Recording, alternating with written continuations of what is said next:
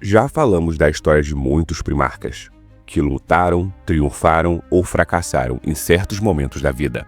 Mas teve um que o maior fracasso dele se deu antes mesmo de ser encontrado pelo pai. Essa é a história de Engron, o Anjo Vermelho, o primarca dos Devoradores de Mundos, e é o que falaremos neste vídeo. Se você já conhece o trabalho do canal, por favor, dê um like, assista até o final, pois é isso que o YouTube mais se importa. Vamos espalhar as histórias de Warhammer 40.000 além das estrelas. Muito obrigado aos membros do canal, graças a vocês que tudo isso acontece. Vocês são a linha de frente de Warhammer 40.000. Graças a vocês que este canal continua há 10.000 anos. Vambora! Como eu relembro em todos os vídeos sobre os primarcas, eles foram dispersos pela galáxia. E ele, o garoto que seria conhecido como Engron, foi jogado no mundo civilizado de Nuceria, um mundo bem longe da Terra.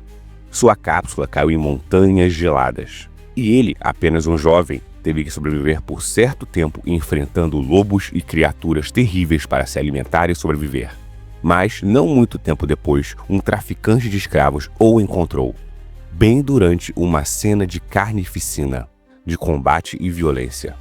Em volta do jovem primarca ferido, tinha inúmeros cadáveres de xenos mortos. Sim, ele sozinho, com suas próprias mãos, matou diversos xenos.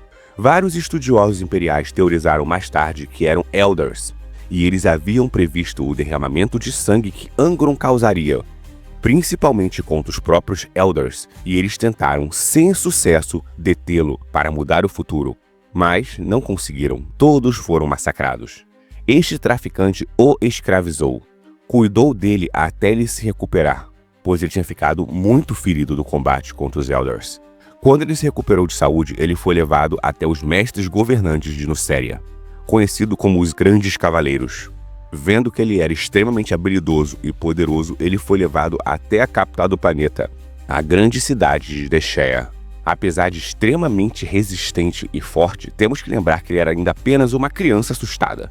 Ninguém realmente prestou amor ou carinho a ele. Diferente dos seus irmãos, como Magnus o Vermelho, Roboute Guilliman, Logar Aureliano, Rogue Aldorn, Vulcan os Sanguíneos, ele não teve uma figura paterna minimamente razoável. Apesar de Cor Farrell não ter sido um bom pai para Lorgar, com o tempo eles começaram a se dar bem. Engron não teve nada disso. Ainda na mais tenra idade, ele foi jogado num poço com apenas uma única saída, preso com uma centena de outros escravos. Começaram a jogar ácido no poço, sob o aplauso estrondoso dos espectadores. E Engron acabou sendo forçado a enfrentar e matar todos os outros escravos ao seu redor, para poder ficar na plataforma superior, um local extremamente estreito, onde só ele conseguiu ficar e só ele sobreviveu. Essa história e várias outras histórias terríveis da vida dele são contadas no livro Engron, o Escravo de Nuceria. Segundo o informado, ali foi a última vez que ele derramou lágrimas. Ele foi proclamado um novato promissor no combate da arena. E assim, a criança da montanha tornou-se propriedade da casa de Talk. Em pouco tempo, Engron tornou-se um poderoso e habilidoso gladiador, famoso e conhecido como o Invicto. Toda a cidade de Deshea conheceu suas inúmeras vitórias. A pessoa mais próxima que ele tinha como um pai era um velho homem gladiador, também escravo como ele, chamado Joenomaus. Eles viviam na mesma cela-prisão onde o jovem Engron vivia preso. Eles viveram por certo tempo juntos e ficaram com uma relação cordial, nada muito proeminente, pois eles não tiveram muito tempo para viver juntos, como uma família, entre aspas.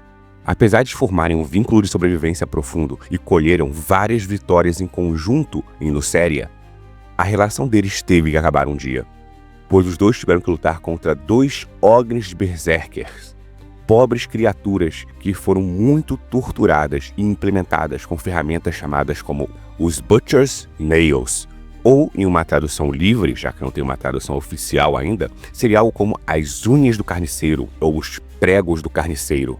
Era uma ferramenta de psicocirurgia, semelhante a uma lobotomia da Terra, só que em vez de acalmar a pessoa tirando os lóbulos frontais e occipitais, os pregos eram presos por cabos que foram inseridos através do crânio da pessoa. Ficavam fixados no cérebro para amplificar o sentimento da raiva, da fúria e do ódio e reduzir todos os outros sentimentos. e reduziam consideravelmente o autocontrole, a ponderação e a moderação da pessoa que sofria aquilo. Então imagine, 2 pobres Ogres, criaturas já naturalmente limitadas com esse negócio na cabeça.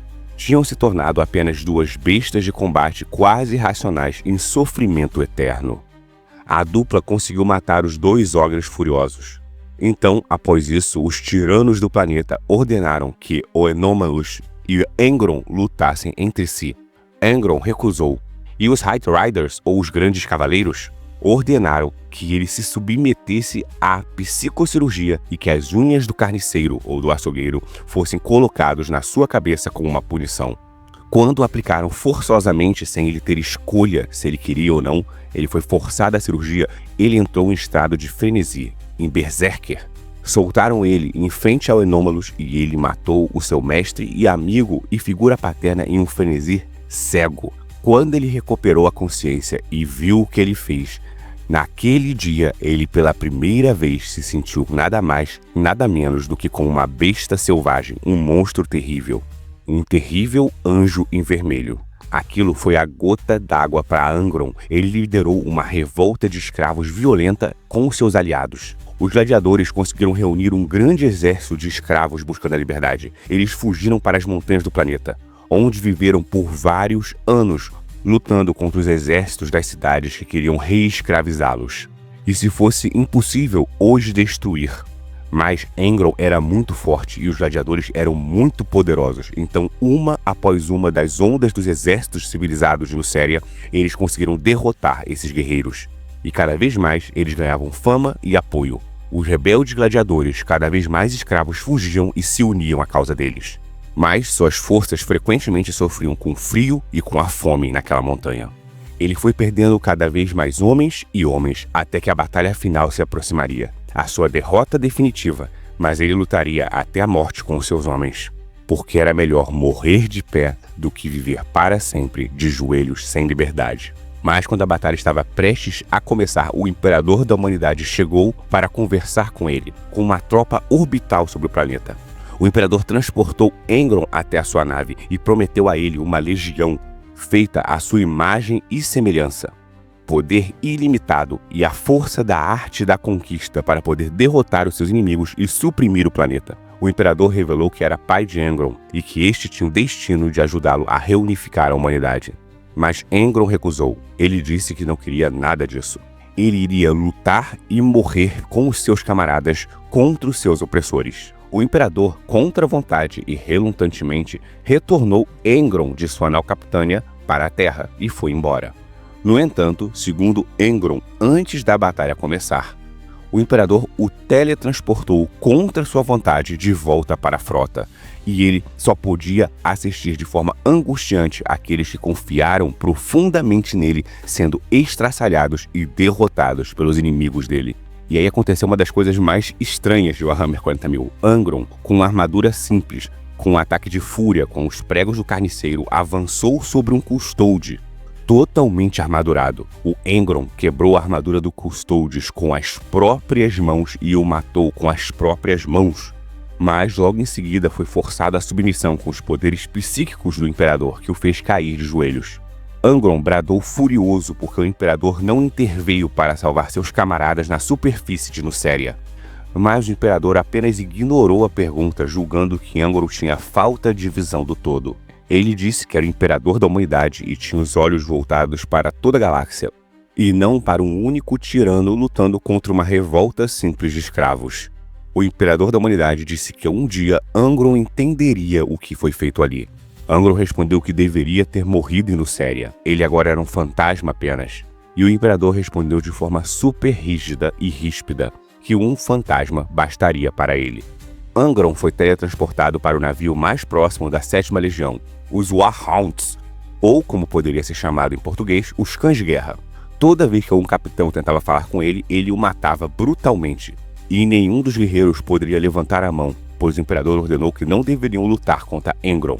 Eventualmente, o Capitão Carne, que eu vou falar sobre ele num vídeo só sobre este cara depois, que o cara é brabo. Inclusive, a turma de Warhammer 40.000 gosta muito dele. Ele era um capitão da 8ª Companhia de Assalto e conseguiu formar um relacionamento com seu pai genético, o Angron. falando com seu pai sobre seus rituais de combate como gladiadores e a tradição dos cães de guerra, convencendo Engron, de certa forma, do valor de sua legião. Ele então assumiu total controle, mas não aceitaria o nome que o pai deu à legião. Ele mudou para Devoradores de Mundos, ou Devora-Mundos, World Eaters, dizendo que eles formariam novas tradições juntos. Ele exigiu que sua legião inteira se submetesse ao mesmo tormento que eles, aos Butcher's Nails, ou, como já falei de uma tradução imperfeita, os pregos do açougueiro. Mas sim, há outras traduções. Você pode botar aqui como você traduz Butcher's Nails. Por mais de uma vez, Engron desertou do combate. Simplesmente roubava fragatas, naves, fugia para o mundo selvagem e vivia como um selvagem lutando contra monstros. E por diversas vezes, o Capitão Carney ia até onde Engron estava e o convencia a se juntar novamente à Legião, sempre apelando que seus camaradas de Nuceria odiariam vê-lo naquele estado. Engron, aceitando seu fardo de máquina de guerra do Imperador, ordenava que os Devoradores de Mundos dominassem os planetas em 31 horas, o que equivalia a um único dia nuceriano. Apesar de muitas vezes conseguir este feito, várias vezes os Devoradores de Mundos falhavam em consistentemente capturar os mundos em um limite de tempo tão apertado. Quando isso acontecia, ele ordenava a dizimação como punição, forçando um em cada 10 Devoradores de Mundos a ser morto pelos 9 colegas, sendo espancado até a morte. Isso, abrindo parênteses aqui para um professor de história chato, é uma punição verdadeira que se dava em Roma, uma tradição quando os escravos tentavam se rebelar, ou os soldados centuriões, pois isso suprimia interesse de revolta, porque os 9 que espancaram o cara até a morte se sentiam culpados por terem feito aquilo e ao mesmo tempo desconfiavam um contra o outro, pois na próxima vez que eles fossem punidos, podia ser ele, o que reduzia a chance de revolta. É uma punição brutal, mas eficiente contra revoltas nos tempos antigos. Fato é que Engron odiava a sua legião, e muitos dos seus astartes o odiavam também. O imperador não aguentava mais as porcarias que o Engron fazia, principalmente os pregos do carniceiro. O imperador ordenou Leman Russ, que sempre foi o seu melhor carrasco e executor dos primarcas, a atacar a legião dos Devoradores de Mundos e fazer Engron parar de usar os pregos do carniceiro. Os lobos tiveram a vitória tática, uma vez que Engron não tinha muita estratégia. Mas, de fato, os Devoradores de Mundos eram muito fortes e violentos e derrotaram e mataram vários lobos. Em uma batalha pessoal entre Engron e Russ, o Anjo de Nuceria derrotou o Lobo de Fenris. Em uma batalha pessoal 1 a 1, apesar de ter sido cercado pelas tropas de Russ e poder simplesmente ser derrotado em um ataque final, Engron e os Devoradores de Mundos foram poupados, visto que Russ reconheceu que foi derrotado no combate físico. Os lobos e Russ recuaram, se retirando do planeta. Engron viu isso como uma vitória, pois em que pese a sua legião fosse cair contra Russ, ele tinha derrotado o lobo. E no fim, os Devoradores de Mundos sofreram menos baixas do que os lobos espaciais. E isso é um fato interessante, que o imperador recorrentemente mandava Russ para disciplinar legiões que fizeram coisa errada. Na situação de Magnus, por exemplo, os lobos venceram, mas aqui, na prática, Engron sentia que ele tinha vencido. Após este desastre, em que de fato Engron venceu Leman Russ, o imperador despachou Horus para trazer Engron de volta para a linha, de volta para o império que o imperador concebeu e a verdade imperial. E este foi um erro fatal, pois Horus, nessa altura, já estava corrompido aos poderes ruinosos do caos. Ele disse a Engron exatamente o que Engron queria ouvir, que o imperador era um fraco, desprovido de honra, e que havia um lugar para ele na nova ordem que Horus estava criando. Engron não precisou de muito para ser convencido. Engron foi um dos primeiros e um dos poucos que serviu ao caos voluntariamente. Não foi corrompido por uma maquinação de Tzeentch, como seu irmão Magnus o Vermelho. Não foi corrompido por uma espada de demônios de Slaanesh, como Fulgrim, e nem convencido pelas pessoas que ele julgava mais próxima, como Lorgar Aureliano, com Corphaeron e com Erebus, no seu momento de uma fraqueza. Não, Engron odiava o imperador profundamente e queria destruí-lo e derrubá-lo, e não precisava de mais nada para ser convencido. Aí ocorrem os incidentes de Itzvan 3, que eu já fiz a história completa, tá aqui no card do canal. Se você quiser pode assistir depois, mas calma, um remake de Itzvan 3 está a caminho, e vai passar de 1 hora só Itzvan 3. Em Itzvan 3, Engron foi um dos maiores motivos para ter tido uma batalha que durou tanto.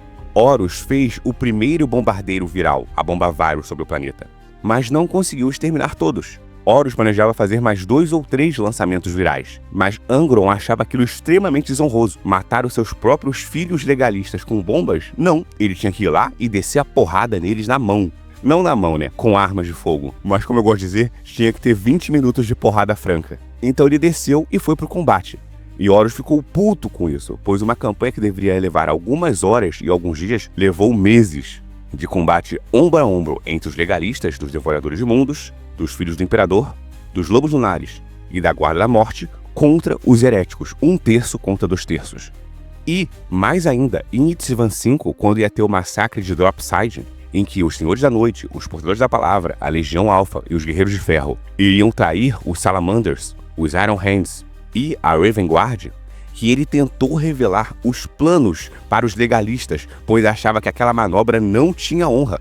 Mas Horus conseguiu convencer ele na base da lábia a não fazer isso, porque o Imperador agia com desonra em relação à sua rebelião. Então não era justo que Horus e os seus rebeldes agissem com honra contra o Imperador. E Angron, como não era muito bom de argumento, foi convencido. Durante a heresia, quando Angron e Logar foram atacar Ultramar, eles não conseguiam chegar a um consenso, pois Angron vinha Logar como um fraco, e de fato, Logar é o irmão mais fraco em combate corpo a corpo. Não tem o que dizer. A força de Logar está na habilidade de convencimento, ele é o portador da palavra. Ele não é um combatente, ele sempre e recorrentemente perde os combates. Só que Logar, tal qual Horus, é um bom estrategista. Então Logar traçava planos eficientes para derrotar Guilliman na Batalha do Ultramar, mas Angron atacava alvos estrategicamente inúteis. A verdade é que se Logar e Angron cooperassem na Guerra do Ultramar, na Cruzada Sombria, provavelmente eles teriam conseguido derrotar Guilliman, pois Angron e os Devoradores de Mundos eram guerreiros e combatentes tão fortes contra Ultramarines, mas péssimos estrategistas. E Logar e os Portadores da Palavra eram péssimos combatentes contra Astartes e guerreiros muito fortes, mas eram excelentes estrategistas. Se eles tivessem cooperado em vez de discutido, talvez eles tivessem derrotado o Papai Smurf. Mas no fim não conseguiram tomar Ultramar e derrotar os Ultramarines. Tiveram que recuar ao Cerco da Terra, mantendo apenas a linha para evitar que o Guilliman e os legalistas conseguissem chegar até a Terra e salvar o Imperador que estava sitiado. No Cerco da Terra, o Angron já era um escravo louco e sedento por sangue, em defesa de Khorne. Ele exigiu a Horus que pudesse fazer um assalto diário contra o Palácio Imperial, mesmo que tivesse a barreira psíquica do Imperador ao redor. Ele perdeu muitos Devoradores de Mundos e aliados nesses ataques inúteis e infrutíferos, mas o sangue estava correndo para Khorne, então estava tudo certo. Angron foi um dos primeiros primarcas a conseguir ascender à forma demoníaca, e ele enfrentou os sanguíneos na sua forma demoníaca no Cerco da Terra, próximo à Batalha do Portão da Eternidade. O anjo enfrentou o primeiro demônio. Sanguíneos quase foi morto, pois no combate corpo a corpo ele tinha desvantagem, mas Sanguíneos era muito inteligente. Ele conseguiu arrancar os pregos do carniceiro durante a batalha final contra Angron, e a cabeça de Angron explodiu. Assim, ele foi banido de volta para Warp, pouco antes da Batalha do Portão da Eternidade. Então, por sorte, os Devoradores de Mundos ficaram sem o comando de Angron, e a comandante Lorata Sahin, que é uma personagem tão importante, tão interessante, que depois vai ter um vídeo só sobre ela, mas vou dar um leve resumo. Ela era uma oficial da Armada Imperial, da Imperial Navy, ou também chamada de Marinha Imperial, e virou uma das comandantes das naves dos Devoradores do Mundo. Apesar dela ser uma humana e não uma Astarte, ela era tão firme e não esboçava medo que Angron e os Devoradores de Mundos começaram a respeitá-la. E quando Angron foi banido de volta para o Warp nos momentos finais do Cerco da Terra, ela, junto com Khorne, lideraram o que sobrou dos Devoradores de Mundos, totalmente fragmentados, destruídos e loucos. E você sabe o que aconteceu? Os legalistas ganharam, Horus e os caóticos perderam e tiveram que recuar de volta ao Olho do Terror, enquanto Guilliman caçava e massacrava cada um deles. Depois disso, o Imperador foi posto no Trono Dourado, e Angron foi um dos primarcas mais ativos em todas as campanhas do caos contra o Império da Humanidade. Em vários combates, cruzadas negras, os Devoradores de Mundos sempre estão lá, comandados por Angron em honra a Khorne, sempre em respeito do Senhor Ruinoso do Sangue. Angron não se importa mais em tomar terrenos, construir impérios ou se comunicar vagamente com qualquer um. Ele só se importa em jorrar sangue para o Senhor do Sangue e crânios para o Trono de Crânios. E perdoem meu inglês, vocês sabem que eu tenho um sotaque carregado. Blood for the Blood God and Skulls for the Skulls Throne. As principais batalhas que Angron lutou foram a Primeira Guerra de Armageddon, várias das Cruzadas Negras, mas ele começou a se tornar mais ativo mesmo após a Grande Fenda ter sido criada. a Cicatrix Maledictum. E desde então, Engron continua lutando e lutando e massacrando e sendo um dos piores monstros de Warhammer 40.000. Mas a história dele é trágica. Sabe no vídeo de Conrad Curse que eu falava que o Curse acreditava no destino e que ele era um fatalista do destino?